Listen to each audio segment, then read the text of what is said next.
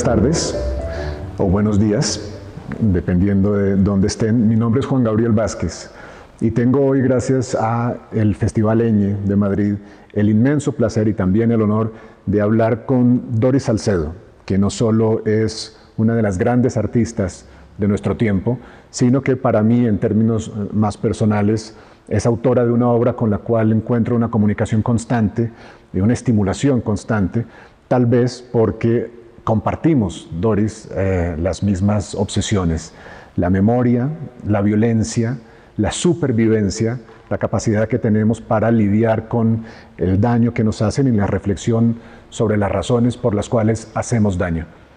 De manera que, Doris, bienvenida. ¿Cómo estás? El honor es mío y el placer es mío. Muchas gracias por estar aquí. Estamos en Fragmentos, que es un espacio construido con el material de una guerra. Este suelo que pisamos está hecho con el material de una guerra, que es nuestra guerra. Y el espacio se ha convertido, este es un lugar donde se puede estar, donde no se puede ser, no puede estar más concreto, más presente el pasado violento de nuestro país, pero además el espacio se ha convertido en una gran metáfora de las formas como lidiamos con nuestro sufrimiento. Yo quería comenzar la conversación preguntándote, ¿cómo ves tú esto? ¿Cómo ves esa relación que hay entre el arte y el sufrimiento?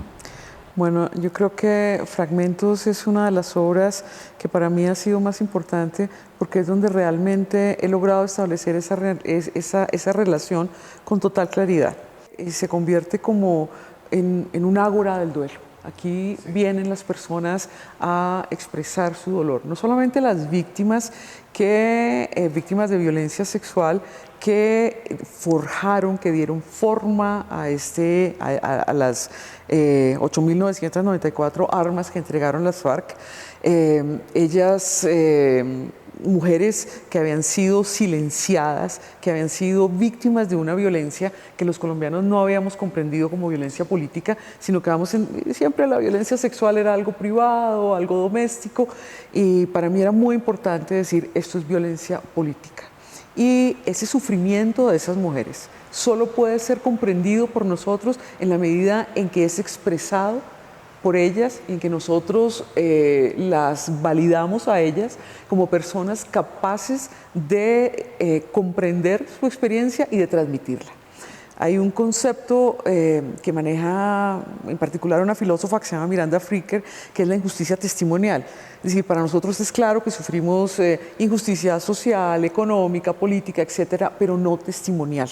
La injusticia testimonial lo que dice es que a ciertos grupos marginados de la población les negamos la posibilidad les negamos su capacidad de comprender la realidad y de interpretarla. Y yo lo que quería era revertir eso. Las víctimas tienen la capacidad de expresar su sufrimiento con toda claridad. Y nosotros, por lo tanto, debemos ser unos escuchas responsables de ese sufrimiento. Entonces era un espacio en el que se tejen muchas cosas, se tejen una cantidad de experiencias, y en el centro mismo de este espacio está la experiencia de la víctima. La experiencia de la víctima en Colombia ha sido ignorada. La ignoramos de manera intencional, porque despreciamos a las víctimas, porque la gran mayoría de las víctimas provienen de zonas marginales. Entonces no nos interesa ese conocimiento. Eso que ellas dan es esencial para que nosotros logremos dejar el pasado violento atrás y podamos pasar a un futuro decente, digno, diferente, que nos logremos imaginar un futuro diferente. Pero eso pasa, esa capacidad de imaginarnos ese futuro pasa por la experiencia de las víctimas, y Fragmentos está aquí para escucharlas.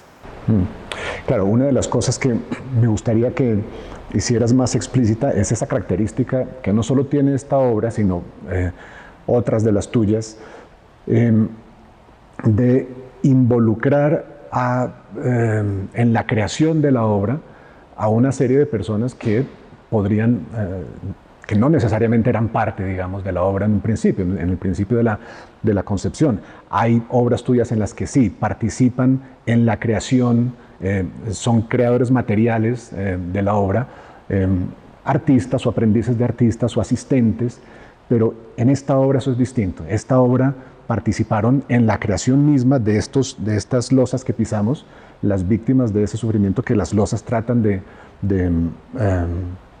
simbolizar o de concentrar. Entonces es como si en tus obras hubiera una propuesta estética, pero antes de eso, en el camino de hacer la obra, hay una declaración política. ¿Cómo ves tú esto?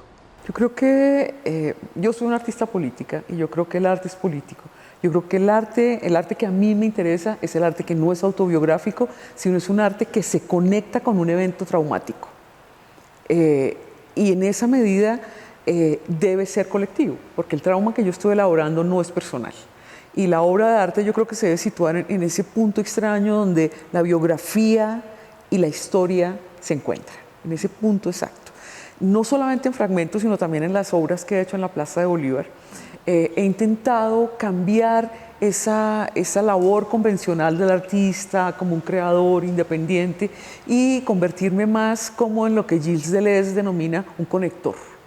Para Deleuze, el artista conecta su tiempo, conecta distintos momentos, distintas intenciones, lo que la gente piensa. Por lo tanto, es una posición mucho más humilde la del artista. No es el gran autor, el creador, sino es simplemente esa persona que logra conectar las diferentes tensiones que está viviendo un determinado momento histórico. Entonces, la audiencia tradicional de otra época se convierte en partícipe, se transforma en partícipe y en hacedora. Cuando perdimos el plebiscito por la paz, yo realicé una obra en la Plaza de Bolívar que su título es Sumando ausencias. En esa obra durante 5 días participaron 10.000 personas, 10.000 voluntarios que vinieron a expresar su dolor, su duelo por ese fracaso.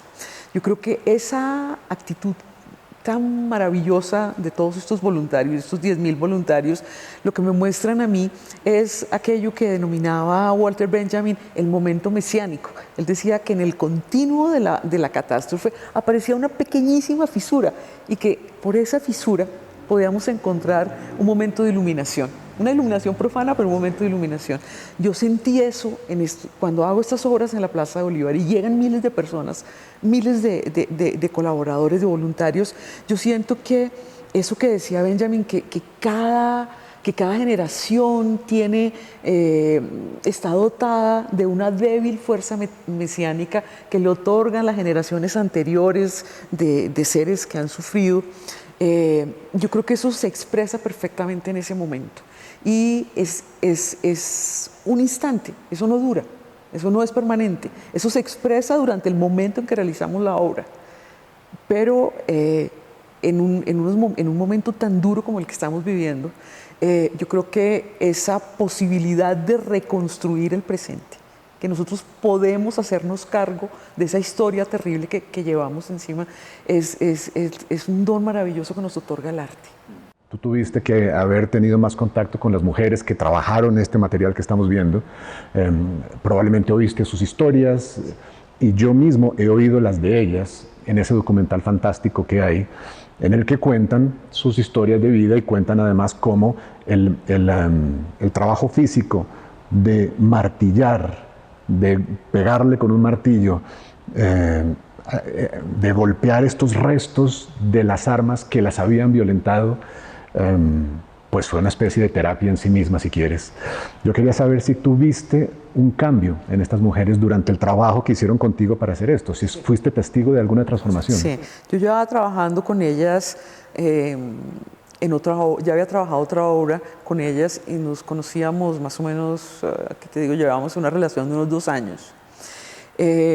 Cuando las invité a hacer esta obra, yo conocía sus historias y había un elemento característico en mujeres que han sido no solamente violadas una vez, sino que han sufrido esclavitud, y es que como el cuerpo no se los han quitado, lo que ellas fueron antes de la violación deja de existir.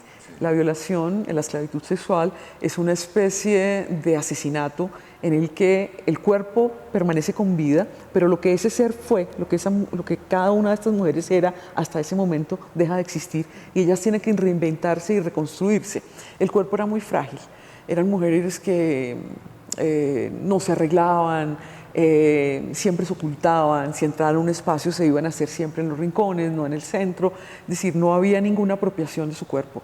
En el momento en que empezamos a martillar, empiezan a martillar suavemente, suavemente, y yo les di unos mazos pesados y les pesaba, les costaba trabajo hacerlo. En la medida en que fueron trabajando, fueron martillando con más y más y más fuerza, de tal manera que su cuerpo se hizo presente y la capacidad de ese cuerpo de transformar la materia, de dar forma y de dar forma a la historia, las transformó por completo. Muchas de ellas son activistas, las tenemos aquí en un comienzo. Ellas venían a hacer visitas guiadas, a orientar al público, absolutamente apropiadas de este lugar y con necesidad de replicar estas historias en otras partes, en resguardos indígenas, en comunidades afro en el Chocó. Se han apropiado de conceptos como el que mencionaba antes de injusticia testimonial. Ellas hablan en un taller muy fuerte, muy intenso de mujeres indígenas. Ellas hablaban de injusticia epistemológica, ¿no? Era extraordinario ver cómo se apropiaron de los conceptos, de los espacios y de nuevo de su cuerpo.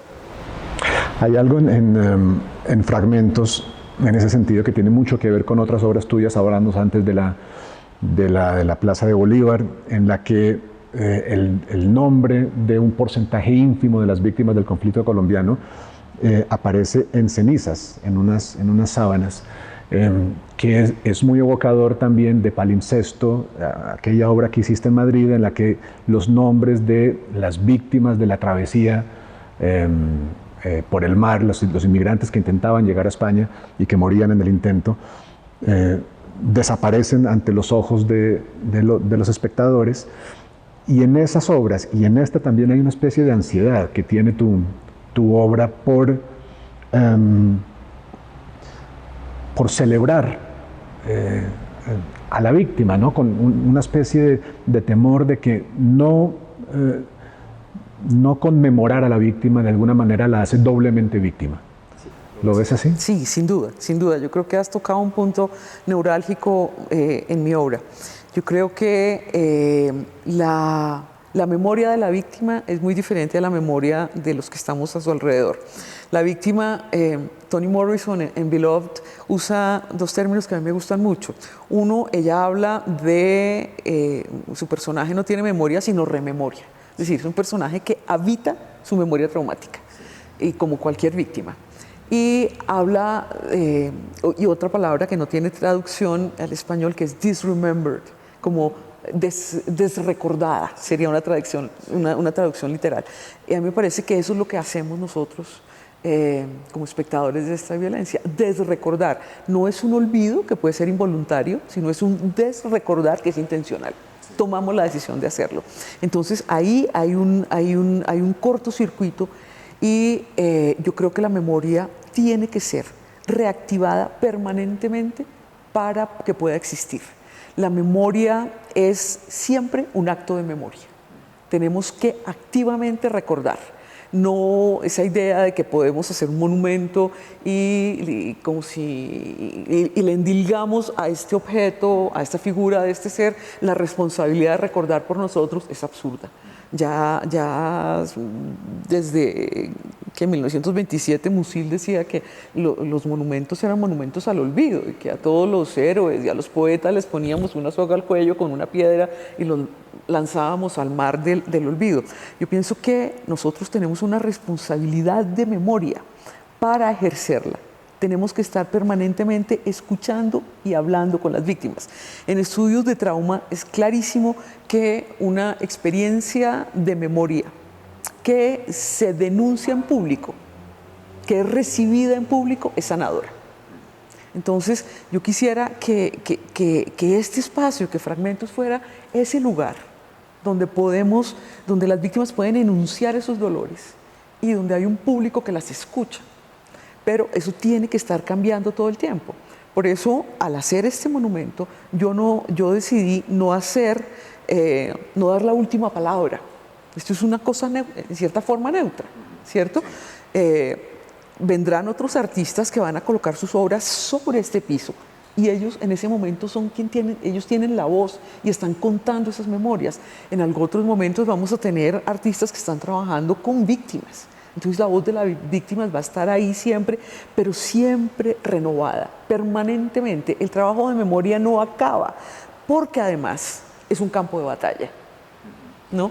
Como sabemos Bueno, aquí, estamos viendo en todas partes. como estamos viendo en todas partes, la memoria es un campo de batalla. Entonces, desde el poder se trata de imponer una narración y se trata de monopolizar esa narración. Y yo creo que nos corresponde a los artistas retar a tener que nuestra obra tiene que ser una forma de resistencia a ese monopolio, a esa hegemonía de la narración. Entonces, por eso la memoria tiene que estar, hay que trabajarle todo el tiempo porque es un campo de batalla y sí, si tú dices que en mi obra hay ansiedad, toda la ansiedad del mundo porque eso se está luchando minuto a minuto. Sí, es una conciencia que tiene tu obra, lo que me refiero es esto, es una conciencia de la memoria como acto moral, ¿no?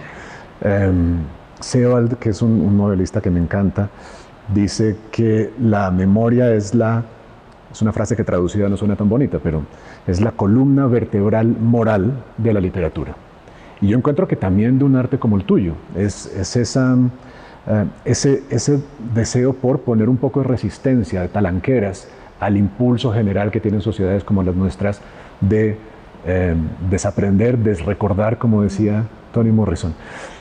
Hay un momento de algún ensayo de Toni Morrison de los años 90 sobre Beloved que me gustaría que comentaras. Es un momento en el que ella recuerda cómo para escribir su novela una de las revelaciones más importantes fue darse cuenta de que no le bastaba con la tradición novelística de Estados Unidos.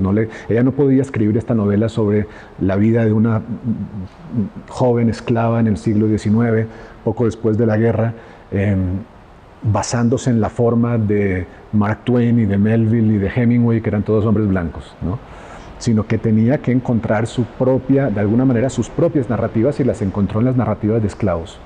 Y yo veo en toda tu obra un impulso análogo por un poco ser el vehículo, tus obras, este lugar, que sea el vehículo mediante el cual otras personas que normalmente no tienen una voz pública puedan hacer públicas sus historias. ¿Te preocupa eso también, dar voz un poco a colectivos que no la tienen? Sí, claro, yo creo que en esa vena es muy importante, pues yo parto del punto de que yo soy, de quién soy yo, ¿no? En qué lugar me encuentro, en qué momento histórico, y de ahí trato como de descolonizar, como en ese mismo intento que tenía Toni Morrison, descolonizar un poco la narrativa y las historias que quiero contar. Son historias que no se contaban. Las historias de las personas del tercer mundo no existían, porque el arte era un arte occidental, puramente occidental. Y la historia del arte en general es una historia que está marcadamente enfocada hacia mostrar la figura brillante, maravillosa, rubia, ojiazul del blanco. Todos los santos, las vírgenes, etc. Y todos los demás seres no existíamos, simple y llanamente no existíamos dentro de eso que se denominaba historia universal. Evidentemente no era universal.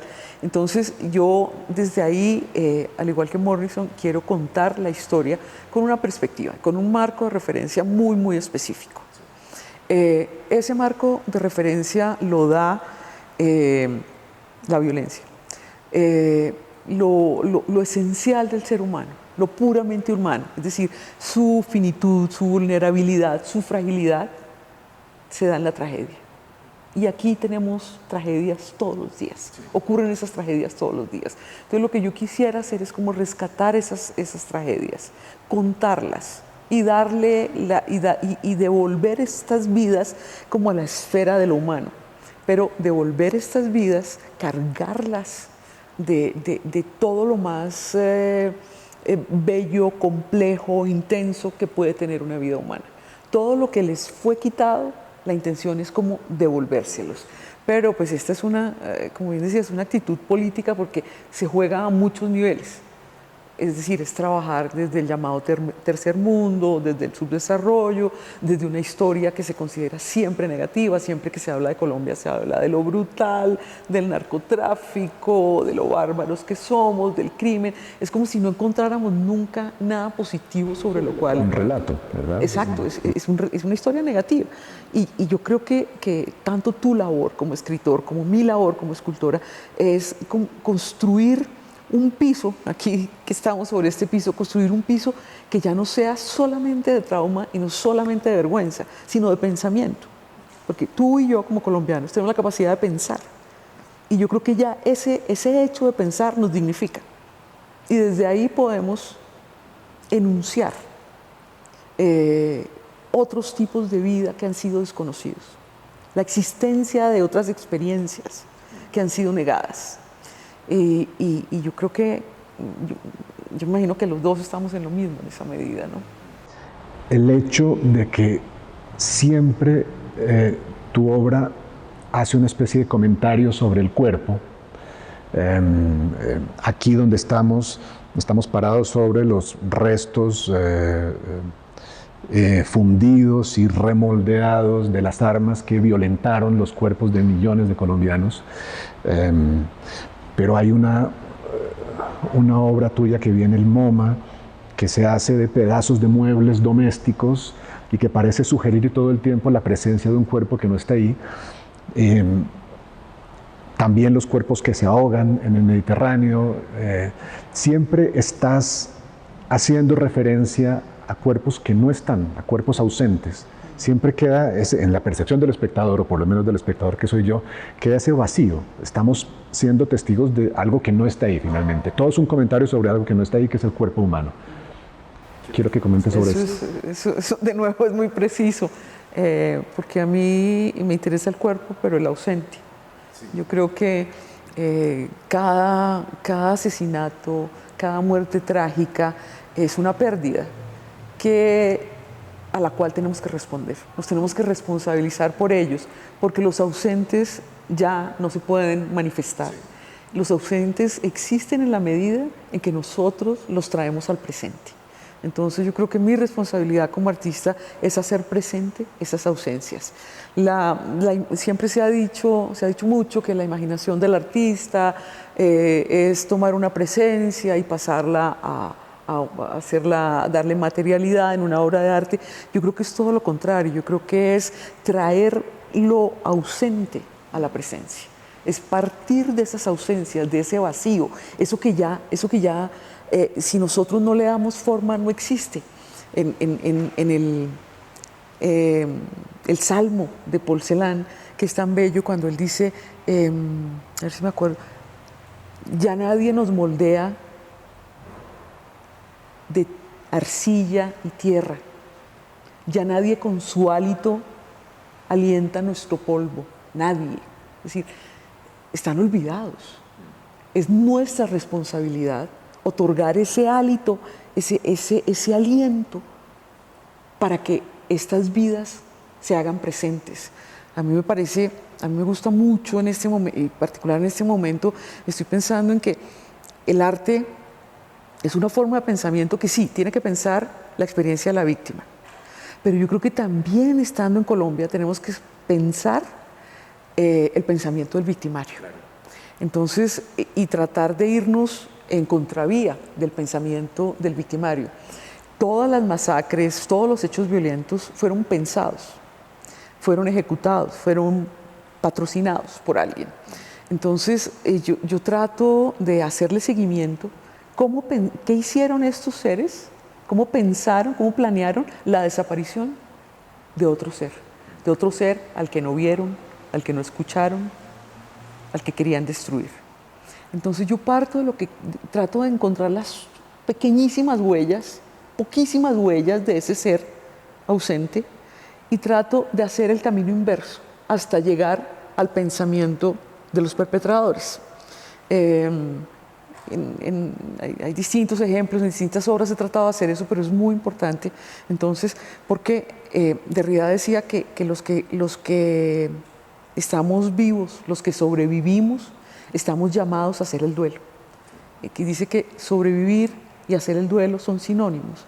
Entonces, siempre honrar a estos ausentes en mi obra es permanentemente llevar a cabo actos de duelo, acciones de duelo, permanentemente.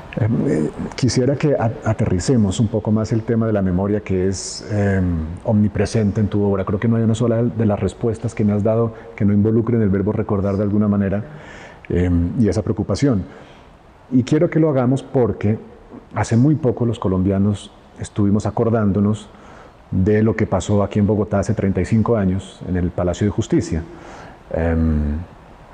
La toma por parte de la guerrilla del M-19 y la retoma por parte del ejército, que en un marco de 53 horas dejaron una cicatriz de la que el país no se ha repuesto. Y tú hiciste una obra cuando se reconstruyó el Palacio de Justicia, una obra que titulaste Noviembre 6 y 7, que es la fecha la fecha de los hechos, en la que quisiste de alguna manera denunciar el hecho de que en ese nuevo edificio construido no quedaba ninguna señal que hablara de lo que había pasado ahí. Era un acto de desmemoria brutal, ¿no? De anulación de nuestro pasado común y de anulación de una cicatriz que tenemos con nosotros. Habla un poco de esa obra, de lo que hiciste, del material con el que trataste de hacerlo. Y de tus intenciones en ese momento. Yo acababa de terminar mi maestría en Nueva York y estaba trabajando en el Banco de la República, en la biblioteca Luis Ángel Arango, cuando escuché los primeros tiros. Salí corriendo y cuando llegué a la plaza vi entrar los tanques. Y en la medida de lo posible, porque no permitían acercarse, estuve presente durante la toma. Durante 10 años guardé todos los recortes de prensa, asistí a las audiencias cuando me era permitido, conseguía todos los registros de las audiencias y tenía un gran archivo sobre el tema, muy completo. Intenté, cuando demolieron el edificio, quedó el sótano intacto.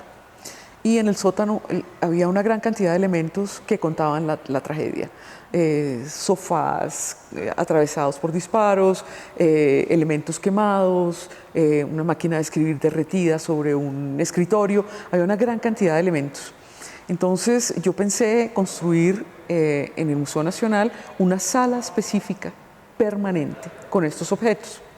En ese momento fui censurada, no me permitieron hacerlo. Y empecé a tramitar permisos con Patrimonio, con Ministerio de Cultura, Ministerio de Justicia, para recuperar algunos de estos objetos. Todos me fueron negados. Y cada vez que yo solicitaba la utilización del permiso para tener alguno de estos objetos, el objeto desaparecía. Y sistemáticamente desapareció todo hasta que desaparecieron los marcos de las ventanas, que fue lo último que quedó, unos marcos de bronce. En ese momento yo comprendí que lo único que quedaba era una fecha. El edificio había sido destruido, los objetos habían sido, en algunos casos, entregados a cárceles para que los presos trabajaran artesanía. Es decir, era borrar la memoria una y otra vez. Cuando comprendí que no tenía sino la fecha, decidí entonces nombrar esa fecha que anuncia el retorno, el aniversario de aquello que ya nunca va a volver y de estas personas que nunca van a volver. Yo tenía las autopsias, algunas más serias que otras, unas no eran muy creíbles, pero tenía todas las autopsias, todas las fotos, absolutamente todo el material. Y con base en eso decidí descolgar de las fachadas, de las dos fachadas de sur y oriental del Palacio de Justicia, del nuevo edificio, una silla en el momento en el que estas autopsias decían que había muerto la persona. Y según la autopsia, la primera persona, un guardián, falleció cuando entran los guerrilleros y lo asesinan a las 11:35 de la mañana. Entonces a las 11:35 de la mañana se descuelga una primera silla lentamente y se sigue ese tempo durante 2 días más o menos el tiempo de la batalla. Sí, las 53 horas de la batalla, y queda ahí colgado. Como decías tú, son los cuerpos ausentes y son esas sillas expectantes que no podrán ser utilizadas porque en una fachada, pues ese no es un lugar para un ser humano, así como no era el baño donde fueron asesinadas tantas personas, no era un lugar para ser ocupado, ni el campo de batalla. Entonces fui trabajando esa historia en un momento en el que nadie hablaba de eso. En el 2002, no, si revisas prensa, nadie hablaba del Palacio de Justicia, todo estaba en silencio. Yo sentía que yo era como una obsesa que permanentemente pensaba, hablaba de eso, no tenía casi interlocutores. Y también en ese momento fue muy difícil encontrar un permiso para hacer esa obra. Estuve a punto de ser censurada. Logré una pequeña fisura y pude trabajar casi de manera oculta durante unos meses, no, sin el casi, oculta durante unos meses, y cuando recibí el permiso para trabajar la obra, el día anterior a las 5 de la tarde, yo ya tenía todo listo y podía ingresar con mi equipo a hacer la obra, pero fue muy impresionante porque yo estuve en la calle la mayor parte del tiempo, los días y las noches. Y así como no se comentaba nada en prensa, en ese momento, al estar en la calle, toda la gente pasaba y me hablaba. La gente me hablaba de los fantasmas que escuchaba, de los gritos que oía por la noche. Y una cosa muy curiosa era que todo el mundo recordaba qué estaba haciendo en el momento en que se inicia la toma. ¿Cómo fue su momento?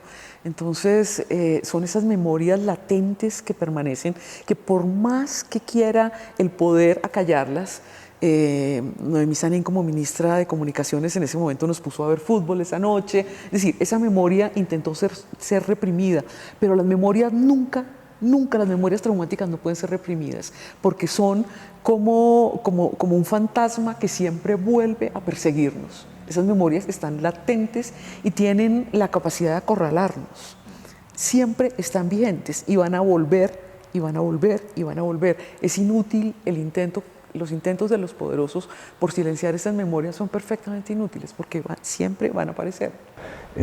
Se vuelve un lugar donde se filtran nuestros descontentos, nuestros traumas, el trauma social que vivimos, y en ese sentido puede de alguna manera evitar que las heridas se vayan infectando y se vayan convirtiendo, ¿no? en algo más grave probablemente. Hay un texto muy bello, un texto corto que escribió Adorno, que se llama Sobre la teoría de los fantasmas. Y él dice que nosotros recordamos a los muertos violentos en una forma perturbada y como perversa, que los mantenemos embalsamados en nuestra memoria y olvidados, pero embalsamados en el sentido de que están perfectos.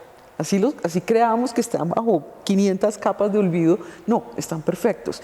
Él dice que en esa ambigüedad se genera lo que él denomina una herida social. Esa herida en la civilización solamente se podrá sanar en la medida en que confrontemos la capacidad destructiva que tiene la violencia. Pero la tenemos que enfrentar. En ese momento, si la enfrentamos, se podrá sanar. Antes de iniciar esta charla hablábamos de Alemania. Yo creo que los alemanes tuvieron el valor moral, para traer la palabra que tú usabas antes, de enfrentar su pasado terrible y su culpabilidad. Ellos no solamente se sienten culpables, porque la culpa es algo que uno siente interiormente. Yo puedo sentirme culpable, pero tú puedes no percibir que yo me siento culpable. Los alemanes lo que sienten es vergüenza, y eso hace que yo cambie para dejar de sentir vergüenza. Y eso es lo que hicieron los alemanes. Yo creo que a los colombianos nos hace falta sentir esa vergüenza para poder cerrar esa herida social que permanentemente se reabre y se reabre y se reabre al no confrontarla. Entonces, esa vergüenza debe ser sentida. Y yo creo que los artistas tenemos una gran responsabilidad en traer al presente esa vergüenza, ¿no? Hasta que la asumamos. Si tenemos 9 millones de víctimas en Colombia, yo siempre me pregunto, ¿cuántos millones de perpetradores tenemos? Entonces, no es solamente un país de víctimas, es un país de perpetradores. Sí. Siempre, en alguna oportunidad te oí decir que tus obras nacían de un contacto con una persona que cuenta una historia. Esto, desde luego, a mí que trabajo en narrativa, me interesó mucho, porque ponía en escena muy claramente también ese carácter narrativo que tienen tus obras. Tú intentas por unos medios laterales, ambiguos, de contar una historia, de permitir abrir un espacio donde alguien pueda contar una historia. ¿Puedes hablar de ese carácter narrativo de tu obra que a mí me interesa muchísimo? Sí, a mí me parece que la narración es esencial, pero en Colombia nos encontramos como 2 pasos antes de la narración, porque el acto violento deja a la víctima sin lenguaje. Primero, la víctima no pudo pedir disculpas en el momento en que iba a ser asesinada. Entonces el lenguaje ahí no opera.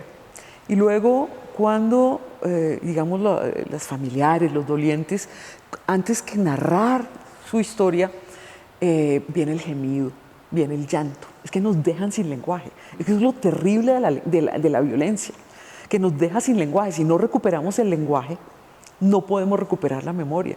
¿Cómo vamos a tener memoria si no hay narración? Es imposible.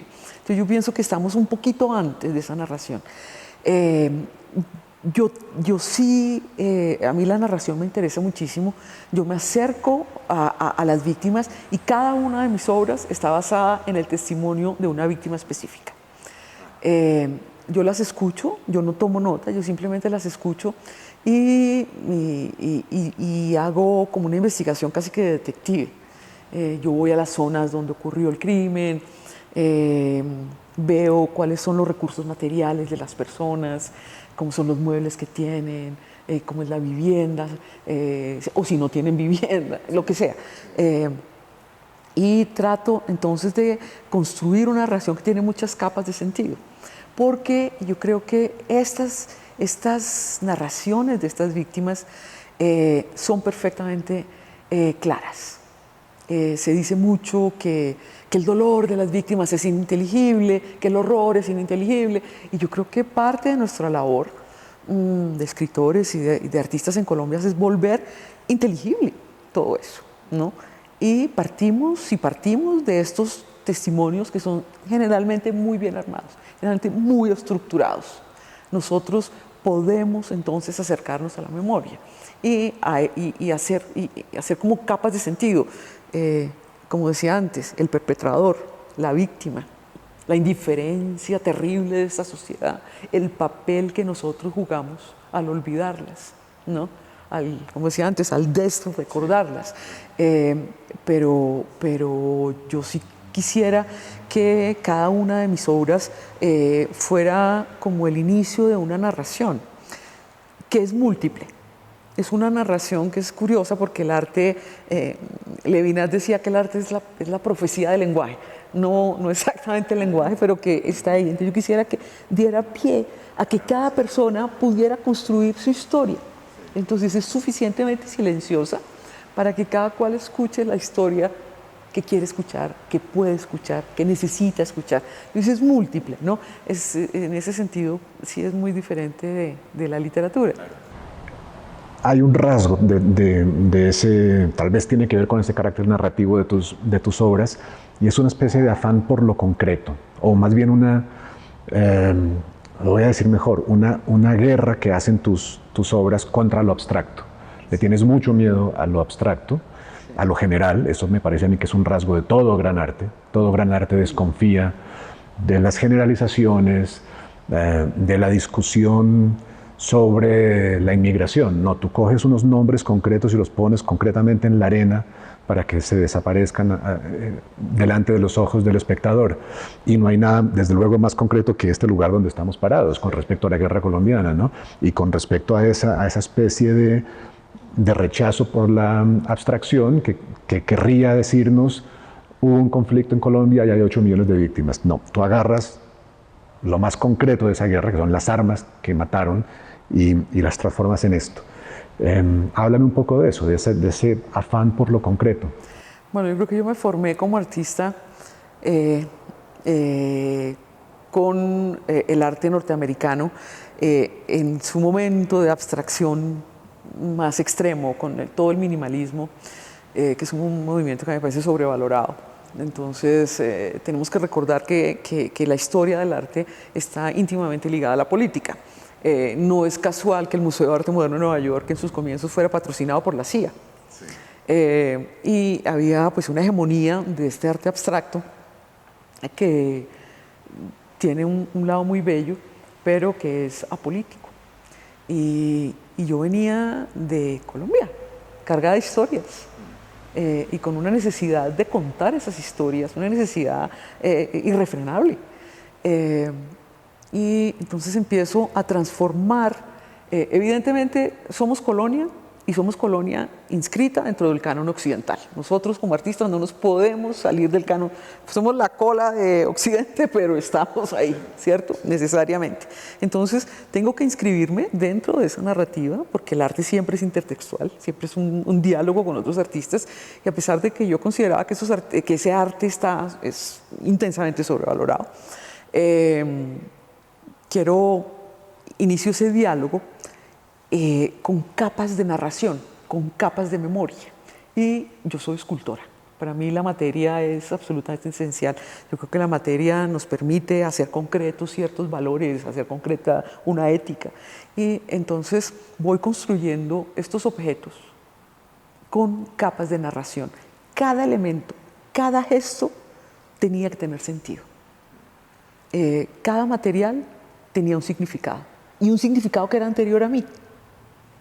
Yo no me estoy inventando el mundo, porque un poco lo que plantea el arte abstracto es como un corte y aquí empezamos en cero. La historia no cuenta, no narramos nada, no viene nada de atrás. Yo, por el contrario, reconozco que yo soy una cosa muy, muy insignificante, muy pequeña en el contexto de algo anterior a mí. Que la vida de la víctima es más importante, que su narración es más importante, que si algún familiar de un desaparecido me da un par de zapatos, ese elemento es un objeto y que tiene un carácter histórico para los colombianos, y yo lo tengo que cuidar, y yo no tengo derecho a hacer lo que yo quiera. Yo tengo unos límites precisos y marcados. Entonces, esos dolientes me dieron a mí ropa, zapatos, muebles, puertas, lo que me hayan dado. Y yo tengo una responsabilidad, incluso huesos humanos, tengo una responsabilidad para con ellos. Entonces, a mí me gusta mucho, siempre traigo a colación una cosa que dice Paul Celan, que es que todos los poemas son como una carta. Entonces yo empiezo una carta y digo, querido Juan Gabriel, digo primero Bogotá, noviembre no sé qué, 2020, querido Juan Gabriel. Entonces está en un momento histórico, en un determinado momento, y se la da uno a alguien. Es para alguien. Y ese querido a quien yo dirijo esa carta es la víctima ausente a quien quiero honrar con esa obra, quien se ha convertido en mi interlocutor. La historia de esa víctima me interpela, me dice qué hacer, es como una orden. Y yo como artista tengo que ser humilde y obediente. Y hago lo que me han dado, lo devuelvo a ese ser absolutamente específico. Dice Celan que cuando uno escribe la carta la pone en una botella y la tira al mar. Si la carta llega o no a la persona para quien fue escrita, no importa. Lo importante es que se dirigió, que eso existió. Entonces yo siempre parto de ahí, y por eso es tan específica. Entonces es para una persona exacta, que tiene un nombre, que tuvo una vida, que tiene una biografía, que vivió una experiencia. Que fue dueña de unos objetos. Que fue dueña de unos objetos, exacto. Que transformó esos objetos, que transformó a los seres que vivieron a su alrededor. Y es toda esa vida completa y plena la que yo quisiera poner en una obra. Porque cuando se asesina a una persona, se le quita su carácter, se le quita todo. Se desviste de todo. La vida nuestra es posible porque hay muchas manos que nos ayudan. Alguien hizo tu camisa, alguien hizo tus gafas, alguien hizo los zapatos que te permitieron llegar acá, alguien hizo la silla en la que estás sentado, ¿cierto? Hay una cantidad de manos que hacen que nuestra vida sea posible. La comida que comemos, todo. A la víctima le ocurre lo contrario, le quitan todo. le quitan todas esas manos que hacen posible la vida, se las quitan y la dejan en una soledad, en una ausencia, en una soledad total, en una ausencia total de aquello que es tan bello que deberíamos siempre pensar es el estar juntos. La profundidad de esa palabra, juntos, es lo que permite la vida. Entonces, a las víctimas se le quitan. Yo quisiera devolver todo eso que conformó esa vida plena, específica, ese mundo único e irrepetible que fue cada vida. Sí. Pues lo hiciste una vez en una obra que se llamaba Atrabiliarios, sí. en la que metiste zapatos en un envoltorio de una especie de piel delgada, sí. ¿no? Sí. A mí me llamó, esa obra de alguna manera evocó para mí escenas a las que tal vez estamos acostumbrados o una suerte de imaginario al que estamos acostumbrados los habitantes del siglo XX, que es el imaginario del Holocausto. Sí. Es un lugar de reflexión para ti. Has dedicado obras al Holocausto. Basta oírte hablar para saber que tus referencias literarias también son filósofos, novelistas, poetas que han reflexionado sobre ese momento de nuestra historia. Quiero que hables un poco de eso, de la importancia que tiene ese momento que es histórico, pero también es emocional, filosófico de nuestra conciencia, que ha marcado tu obra. Bueno, yo sí me formé ahí. El Holocausto, yo me formé en el Holocausto. Para mí el Holocausto y los pensadores del Holocausto son tal vez quienes de manera más intensa han logrado definir qué es lo puramente humano. Sí. Muchísimos pensadores judíos, unos anteriores al Holocausto, otros posteriores, Rosenzweig, Levinas, Derrida, Celan, Nelly Sachs, Primo Levi, ese es mi marco de referencia principal. A mí me parece que ellos han tenido la capacidad de pensar el horror con una precisión que es en ciertos momentos insoportable. Y el Holocausto como el punto máximo como la matriz de lo inhumano, está presente, yo creo, en todo asesinato. El campo de concentración, por ejemplo, ese lugar donde todo es posible, se reproduce en Colombia en 15.000 corregimientos. Por ejemplo, hay un sitio a 12 kilómetros de Cúcuta que se llama Juanfrido, donde estoy intentando hacer una obra en este momento, donde un antiguo trapiche fue transformado en horno crematorio. Los paramilitares tuvieron 5 hornos crematorios en norte de Santander. Este es el único, es una estructura que se mantiene en columna frente a un terreno desolado terrible. Y cuando yo miro ese horno crematorio, el interior de ese horno crematorio, pues es igual a Auschwitz, no hay diferencia. Obviamente, en términos absolutos, numéricos, habrá alguna diferencia, pero en el tipo de deshumanización que se lleva a cabo, pues estamos en lo mismo. Lo que pasa es que nosotros no lo reconocemos como tal. Entonces, cuando te enfrentas al hecho de que estos seres fueron incinerados, sabes que eso fue posible porque ahí, en Juanfrido, todo fue posible. Como en Buchenwald o como en Auschwitz, es exactamente la misma matriz. Entonces tenemos que comprender, tenemos mucho que aprender del Holocausto para identificar en Colombia esos sitios del horror. Yo creo que una cosa que nos está faltando mucho es descentralizar esas narraciones del horror. Nosotros tenemos que ir a las zonas donde yace inexplorada toda esa experiencia, donde los paralelos con el Holocausto son tan absolutamente cercanos, es que se están dando, pero ese es un trabajo que todavía está por hacer, lo digo personalmente, estoy iniciando ese proyecto y quisiera continuarlo porque es inaplazable. ¿Piensas en el riesgo que siempre hay cuando nos enfrentamos mediante el arte digamos, al lado más oscuro de la condición humana, de ennoblecerlo? El arte ennoblece, el arte otorga una cierta dignidad nuevamente estética a fenómenos que son muy feos. ¿Cómo se maneja este riesgo? De dos maneras. Hay una que es la que utilicé aquí en Fragmentos, que es, yo consideraba que las armas que han generado tanta destrucción, tanto daño, tanta muerte, no podían ser embellecidas. Entonces, como ves, esto no hay ningún elemento de belleza. Tenía que ser radicalmente desprovisto de belleza. En otros casos, uso, digamos, que el método completamente opuesto, que es que la vida de la víctima es tan bella, que no importa lo que le hayan hecho. Hay una obra que yo hice que se llama Flor de piel, que es una gran mortaja construida con pétalos de rosa, cosida, cada pétalo cosido al otro, y es más o menos como este espacio en el que nos encontramos. Y es una obra, pues es bella porque son pétalos de rosa, pero era mi manera de ofrecerle a esta víctima que fue descuartizada por los paramilitares, de ofrecerle la mortaja y mi ofrenda floral. Entonces tiene que haber algo de belleza para devolver el brillo, la luminosidad, la complejidad de la vida de la víctima y devolverla con toda la belleza que puede ser percibida, por ejemplo, por una madre. Una madre al ver un cadáver maltratado de un hijo no lo va a ver como una cosa grotesca, es su hijo y es bello, ¿no? Entonces yo me muevo en esos dos polos, Voy a terminar con una pregunta. Me parece triste tener que terminar, me quedaría hablando contigo hasta que deje de llover en esta ciudad en la que llueve siempre.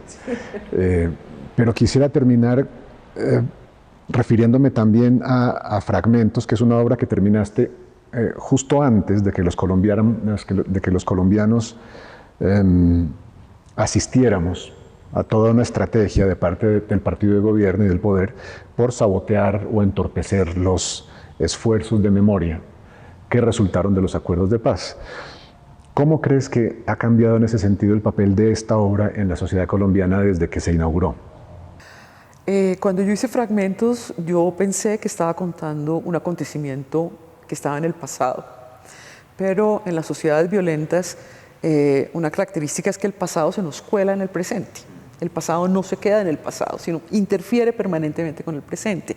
Entonces, ante el hecho de que el partido de gobierno decide no implementar los acuerdos de paz, yo siento que Fragmentos se transforma. Ya no está contando algo que ocurrió en el pasado simplemente, sino que se vuelve algo más complejo. Es una hoja de ruta. Fragmentos nos muestra a los colombianos, es la prueba, es el testimonio de que los colombianos podemos llegar a una negociación y desarmar a 13.000 guerrilleros sin disparar una sola bala. Eso muestra que la guerra es innecesaria, que lo único que tenemos frente a nosotros es la posibilidad del diálogo. Entonces Fragmentos se convierte en esa hoja de ruta. Lo pudimos hacer una vez, lo podemos hacer 2 y 3. Y no solo lo pudimos, lo tenemos que hacer. Entonces Fragmentos se convierte en futuro, en una promesa de futuro que ojalá logremos cumplir en algún momento. Me parece un lugar fantástico para terminar la conversación, Doris. Muchas gracias. Muchas gracias a ti, muchas gracias. Un placer hablar contigo.